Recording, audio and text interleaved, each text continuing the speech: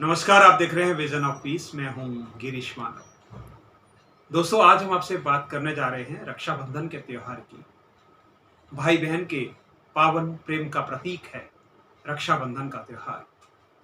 श्रावण मास की पूर्णिमा के दिन ये त्योहार पूरे भारतवर्ष में मनाया जाता है। पिछले कुछ सालों से इस बात को लेकर एक तरह की उलझन की स्थिति रहती है कि रक्षाबंधन किस दिन मनाया जाए। इस वर्ष भी कुछ ऐसा ही चल रहा है। कुछ लोगों के अनुसार 30 अगस्त को रक्षाबंधन मनाया जाए, तो कुछ लोग कहते हैं कि यह रक्षाबंधन 31 अगस्त को मनाया जाए। तो क्या है इसकी वास्तविक स्थिति? क्या है रक्षाबंधन का शुभ मुहूर्त और किस दिन इसे मनाया जाना चाहिए?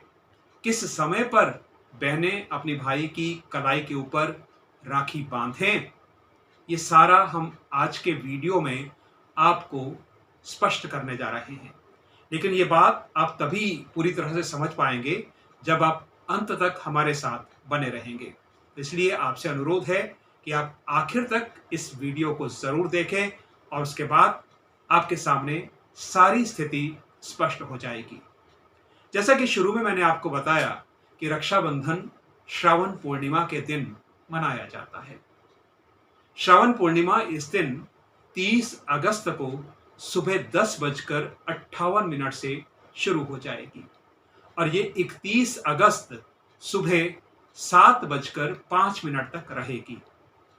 लेकिन एक स्थिति ये भी है कि जिस समय पूर्णिमा शुरू होगी उसी समय 10:58 पर ही भद्रा भी शुरू हो जाएगी।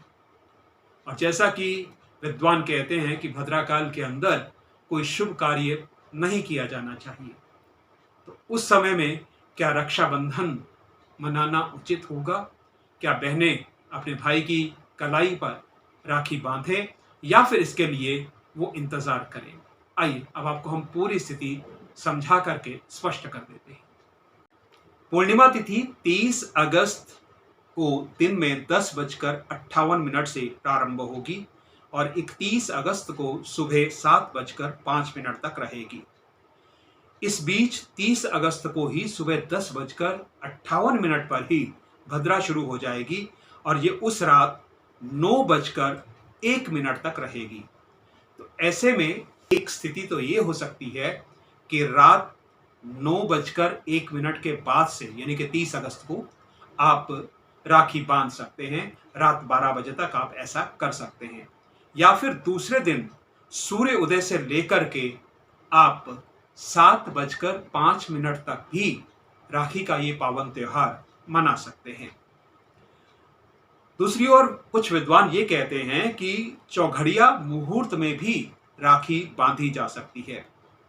तो आप चौघड़िया मुहूर्त में भी अगर चाहें तो राखी का ये पवित्र त्योहार मना सकते हैं। अमृत चौघड़िया मुहूर्त जो राखी बांधने के लिए अच्छा समय है वो 30 अगस्त को सुबह 7:34 से 9:10 तक का है। शुभ चौघड़िया मुहूर्त सुबह 10:46 से 12:22 तक का है। अमृत सर्वोत्तम मुहूर्त रात में 9:34 से 10:58 का है। तो अगर आप चाहें तो इन शुभ समय के ऊपर भी इस मुहूर्त के अंदर भी आप राखी बांध सकते हैं। जैसा कि आपको बताया कि भद्रा जो है 30 अगस्त की रात को 9:01 पर समाप्त होगी। शास्त्रों में एक ऐसा विधान भी है कि भद्रा की स्थिति में भद्रा मुख का त्याग करके जब भद्रा पूंछ हो तो उस समय भी शुभ कार्य जैसे कि रक्षाबंधन का पर्व मनाया जा सकता है। इस बार भद्रा पूंछ शाम 5:30 से 6:31 तक रहेगी। अगर आप चाहें तो इस दौरान भी रक्षाबंधन का पर्व मना सकते हैं। इससे आपको भद्रा का दोष नहीं लगेगा। अब थोड़ा सा आपको ये बताऊं कि ये भद्रा काल होता क्या, ये भद्रा है क्या।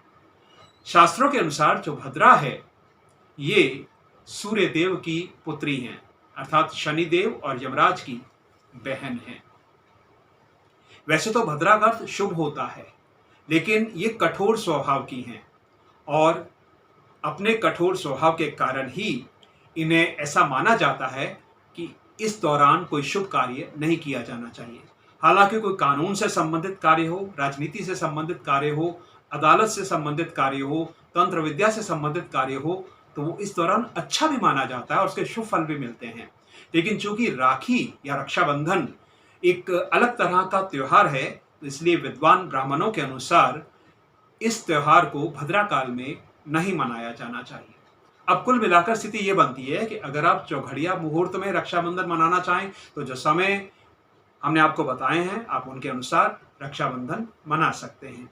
नहीं तो आप फिर 30 अगस्त को अगर आप मनाना चाहते हैं तो रात 9:01 के बाद से रात 12 बजे तक, या फिर 31 अगस्त को सूर्य उदय के साथ सुबह 7:05 तक इस पावन त्योहार को मना सकते हैं।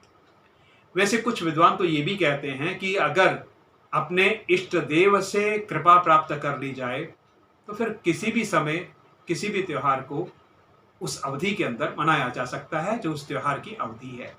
तो अगर आप किसी बात का वहम नहीं करते और अपने भगवान से आप कृपा ले लेते हैं, अपने इष्ट देव से आप कृपा ले लेते हैं, तो आप उस बीच भी अगर इस त्योहार को मनाना चाहें तो आप मना सकते हैं।